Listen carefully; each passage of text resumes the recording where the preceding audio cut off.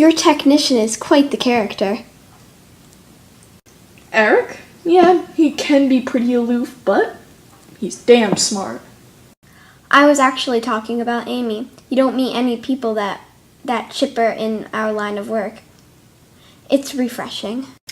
Yeah, Amy is one of a kind. She's a technical genius, you know. There's no one out there that can work imaging and analysis software the way she can. As far as I know, she grew up in a pretty sheltered home and hasn't had a ton of real-world experience. I think it helps her keep her distance. That and rarely ever leaving the lab. You and I look at murder victims and see husbands, wives, children. She only sees the puzzle. Hey, I think we're here. This is it. Italia Imports and Exports. That's not our typical mall storefront, is it? Can't imagine it gets many customers. Me? I prefer buying my creepy death masks online. Come on, let's go in.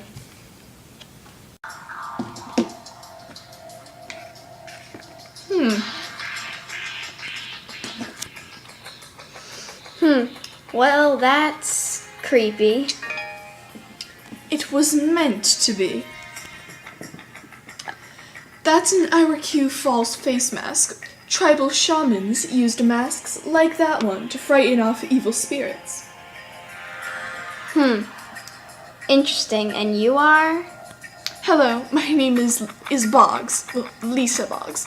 Tell me, miss, are you a fellow mask aficionado? If so, you've come to the right place.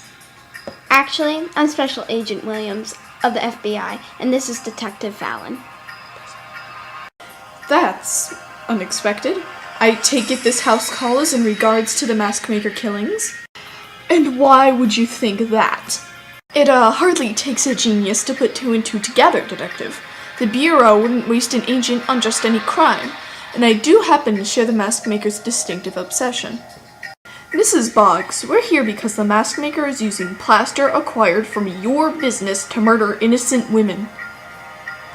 We need to take a look at your records. I'm afraid that would be a waste of your time, Detective. I run a cash-only operation. As such, our records are rather incomplete. Gotcha. You don't want cops like me knowing about the black market antiques that move through this dump. I assume you have evidence to back up that accusation, officer, or do I need to call my attorney? Go ahead and make the call. We'll see who. Detective, take it easy. But...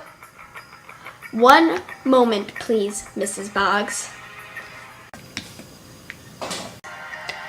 What are you doing? That creep is lying to us. I can feel it. I agree, but he's not going to cooperate with us if you keep badgering him, and we definitely don't have enough to book him. But I think if we play along with him, we can get him to talk. And what makes you so sure about that? Because Lisa Boggs is an unprincipled narcissist with an innate compulsion to impress those around her. Okay, and that means? It means he'll talk to me if I push the right buttons. You've got 10 minutes. I'll be listening in through the window. And be careful. He might not look like much, but he could be dangerous. Okay.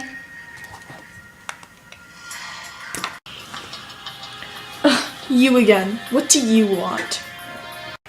I just wanted to apologize for my partner. He can be a little uncouth. Uncouth, boorish, impertinent. She sickens me. It's like Aristotle wrote, those who render justice through force instead of render all justice unjust. Ah, you're very educated. Please, allow me to show you something.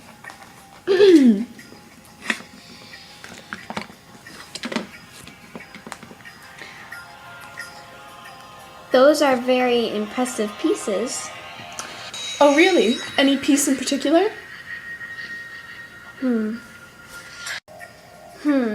There's a black demon mask with horns and an evil grin, a white plaster mask of a young woman's face, and a wooden mask with a human figure on top. Yes, I like the female mask. Oh, you like the Le Encoin de la Scene? Good choice. I must confess, it's a favorite of mine as well. The original was created by a pathologist at the Paris morgue in the late 1880s. He was so taken by the beauty of a drowned girl that he preserved the image of her face in plaster. Plaster mask, body in water. Kinda sounds like the mask maker, doesn't it? Oh, you're right. Only in Sophie's case, the mask was made first, and then her body was dumped overboard. Did you just say Sophie?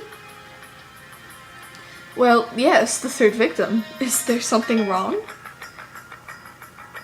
Only that we deliberately kept Sophie's name out of the press. Oh, I'm sure I must have read it somewhere, because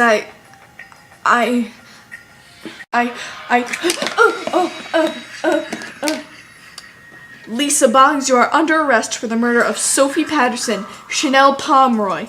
No! Wait, I'm not the mask maker. I've just been talking to him. What? Please, allow me to explain. Follow me. This morning, I received an instant message from an individual claiming to be the mask maker. He offered to sell me an original work.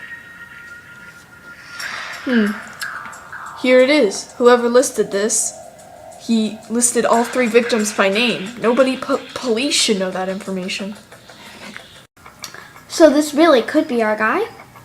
Yeah, it could be. Boggs, does this person emailing you have any idea what you look like? I don't think so. Please, you have to believe me. I never would have made the purchase. That's too bad, because you're about to.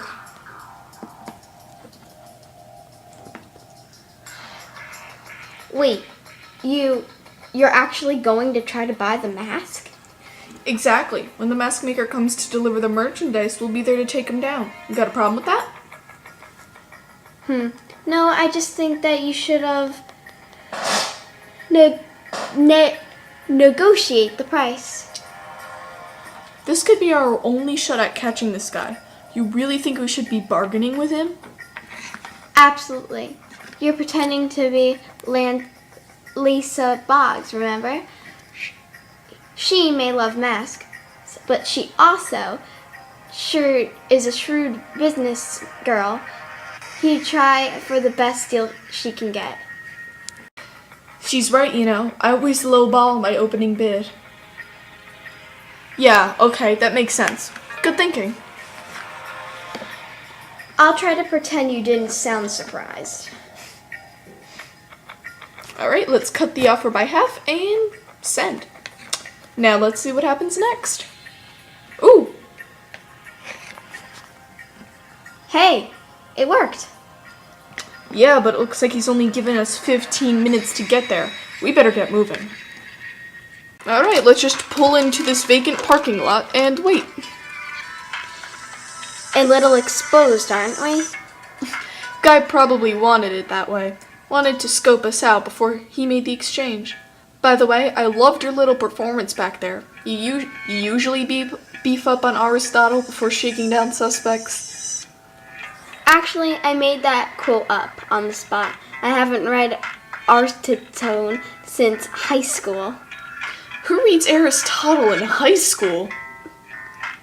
Smart, nerdy girls with crushes on their honor English teachers. Now, can we get back to the case? Hey, look, I think that's him.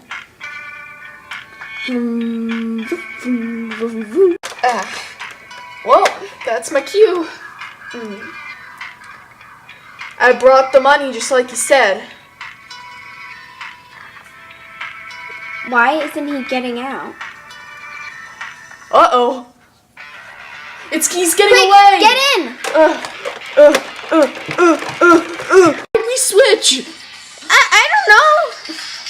Drive, Natara, drive! He's getting away! Quick! There's a taxi! Stay on him! But stay on him! Okay? Okay, I am! Natara, watch out for that dump truck. It won't stop backing out. Ah! Oh, I gotta swerve. Driving, stay on him. That guy can drive. I'll give him that. He's on a one-way street. I know a shortcut that'll cut him off. Take the next left.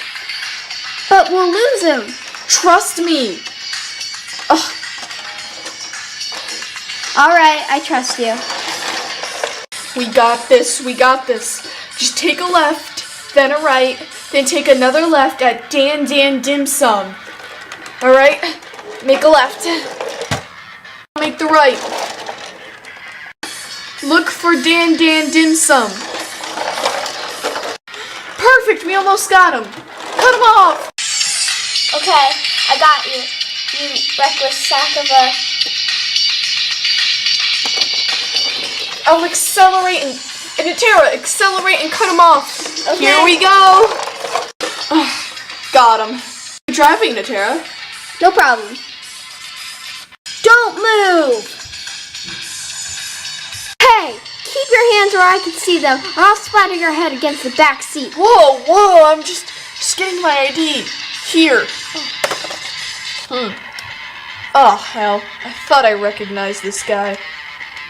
You do?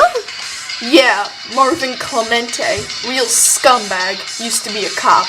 He worked narcotics until he got booted from the force 3 years ago for taking bribes. Rumor has it he was supporting a gambling addiction. And I'm guessing he recognized you too, and that's why he fled the scene.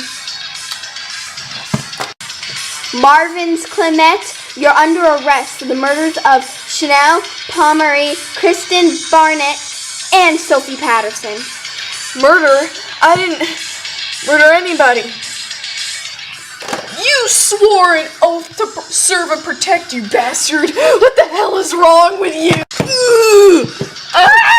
Sal! Leave him alone! He's already injured. The last thing we need is an officer brutality charge. You're right. I'm sorry. It's just, there's nothing that pisses me off more than a crooked cop. I see. It strikes a nerve then. Let's just say it hits close to home. Now come on, let's get this piece of crap down to the station.